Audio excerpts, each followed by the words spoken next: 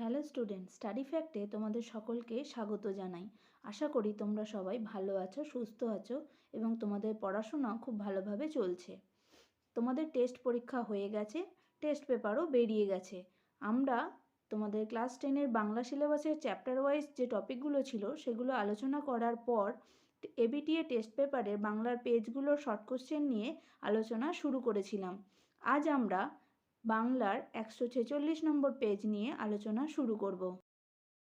প্রথম প্রশ্ন, সঠিক উত্তরটি নির্বাচন করো। সন্ধ্যা তারা একটি, ক সিনেমা, খ উপন্যাস, গ পত্রিকা, ঘ হোটেলের নাম। সঠিক উত্তর গ পত্রিকা।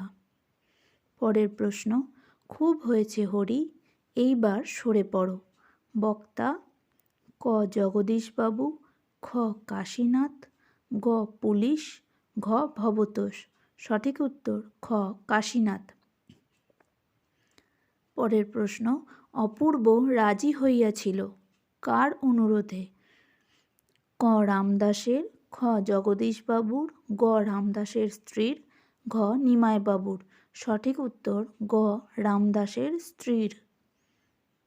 পরের প্রশ্ন, তার চামর দুলায় কে?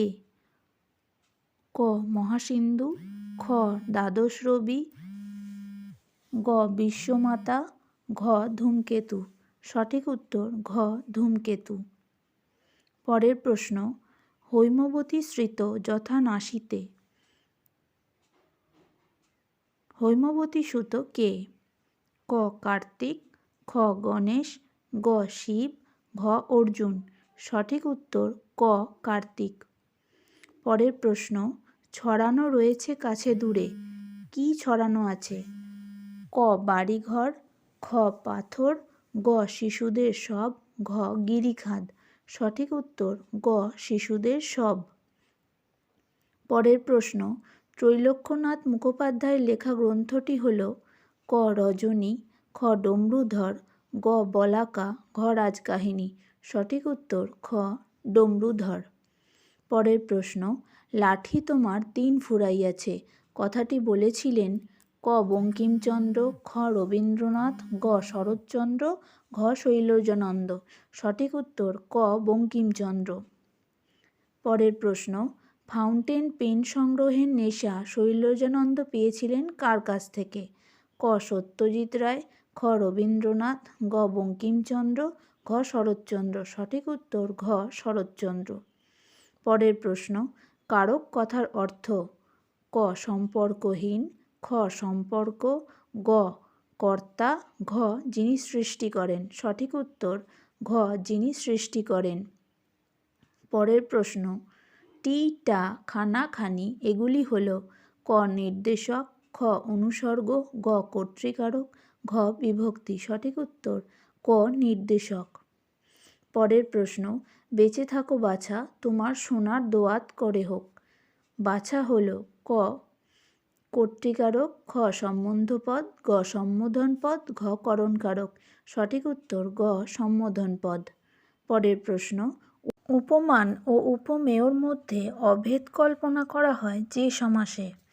ক রূপক কর্মধারয়, খ উপমিত কর্মধারয়, গ সহার্থক বহুব্রীহি, ঘ দ্বিগু সমাস। সঠিক উত্তর ক রূপক কর্মধারয়।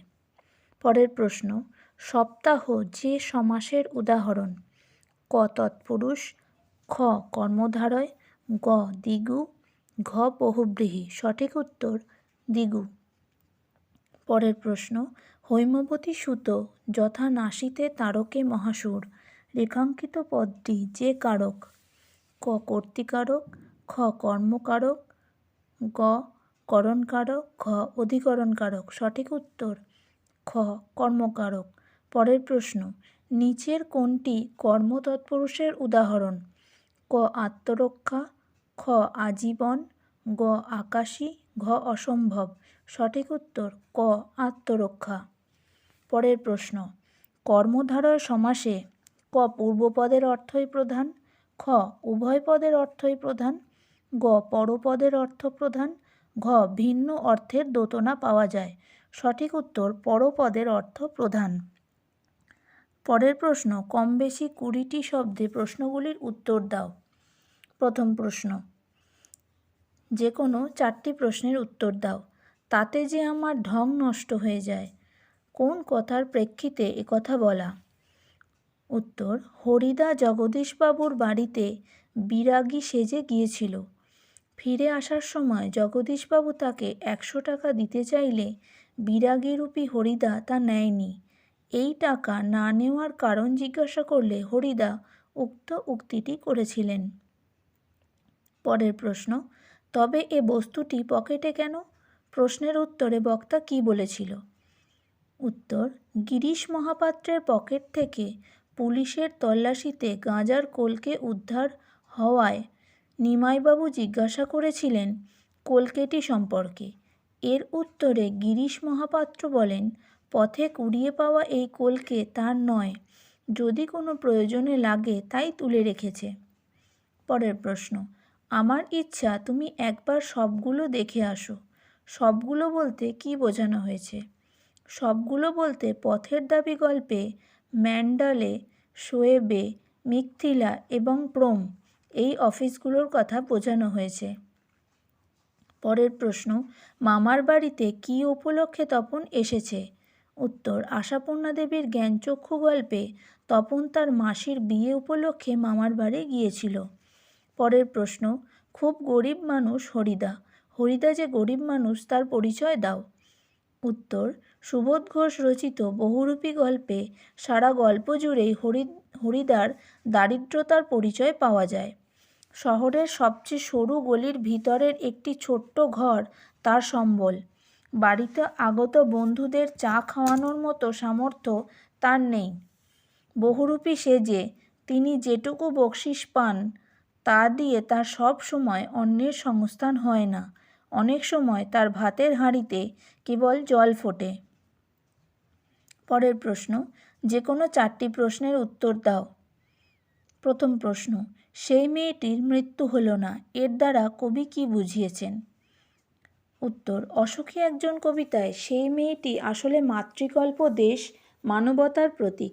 সর্বগ্রাসী যুদ্ধে দেশীয় সভ্যতা ধ্বংসপ্রাপ্ত হয়, মৃত্যু হয় অগণিত মানুষের, কিন্তু প্রতীক্ষারত মেয়েটির বেশে যুদ্ধবিধ্বস্ত দেশ মানবতা কোথাও না কোথাও থেকে যায়, তার মৃত্যু হয় না।